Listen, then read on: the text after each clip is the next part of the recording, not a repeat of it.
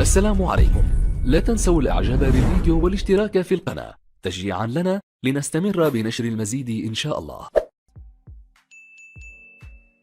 لاعب باتشوكا يستفز الأهلي قبل المواجهة المرتقبة. صرح نيلسون ديوسا لاعب باتشوكا المكسيكي من خلال تصريحات صحفية وقال: نحن قادرون على الوصول إلى المباراة النهائية ومواجهة ريال مدريد وحسم اللقب على حساب بطل أوروبا. وواصل: رأيت القليل عن الأهلي المصري، نعتقد أنهم فريق قوي وهم أبطال مصر عدة مرات، ولكن لا أعتقد أنهم سيكونون نداً لنا، وسنعمل كثيراً لتحقيق الفوز عليهم وخطف بطاقة التأهل إلى المباراة النهائية ومواجهة ريال مدريد الإسباني. واختتم كلامه قائلاً: أمتلك شعوراً جيداً لأنني سجلت هدفاً وكنت أحد الأوراق الأساسية في فوز الفريق والتأهل إلى المباراة قبل النهائية. دائماً أفكر في عائلتي لأنهم الداعم الأقوى في حياتي، هم السند الحقيقي. كشفت تقارير صحفية عن تفاصيل عرض الأهلي للحصول على خدمات مهاجم ريال مدريد خلال فترة الانتقالات الشتوية القادمة في يناير.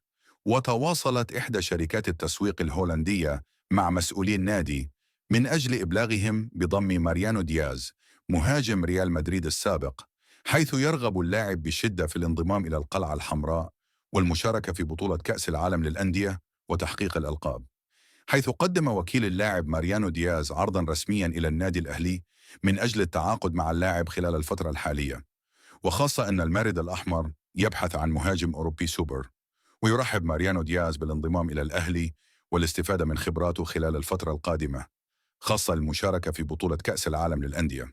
يغيب عن صفوف النادي الأهلي 5 لاعبين في مباراة باتشوكا المكسيكي في المباراة التي ستجمع بين الفريقين على ملعب 944.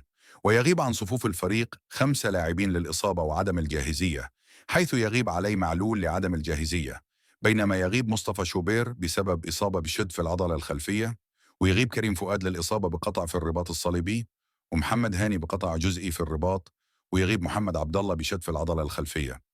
على الجانب الآخر توجد أزمة بين مسؤولي النادي الأهلي وأكرم توفيق لاعب الفريق من أجل تجديد عقد اللاعب خلال الفترة الجارية، ويأمل المارد الأحمر في تجديد عقد اللاعب لمدة 4 سنوات قادمة، بينما أبلغ أكرم توفيق عن رغبته في التجديد، ولكن بشرط أن يكون عقده مثل عقد أمام عاشور بنفس المبلغ المالي الذي يحصل عليه عاشور في الأهلي. كشفت تقارير صحفية عالمية عن دخول النادي الأهلي في مفاوضات قوية مع ساديو ماني لاعب الفريق الأول لكرة القدم بنادي النصر السعودي من أجل إبرام التعاقد معه خلال الموسم الجديد. ورد مصدر مسؤول داخل النادي الأهلي على حقيقة الأنباء والتقارير الإعلامية التي أشارت إلى أن النادي الأهلي دخل في مفاوضات مع ساديو ماني من أجل إبرام التعاقد معه قبل كأس العالم للأندية. وأكد المصدر المسؤول داخل النادي الأهلي في تصريحات خاصة أن الأهلي يريد ضم لاعبين على مستوى عال، ولكن الأنباء التي ترددت بشأن ساديو ماني غير صحيحة تماما، حيث أن السويسري مارسيل كولر المدير الفني للفريق الأحمر لم يطلب ضم اللاعب كما تردد. أصدر السويسري مارسيل كولر المدير الفني للفريق الأول لكرة القدم بالنادي الأهلي قراراً داخل الفريق الأحمر بشأن رحيل بيرسي تاو نجم الفريق في يناير المقبل، ورفع تقريراً عاجلاً إلى محمود الخطيب.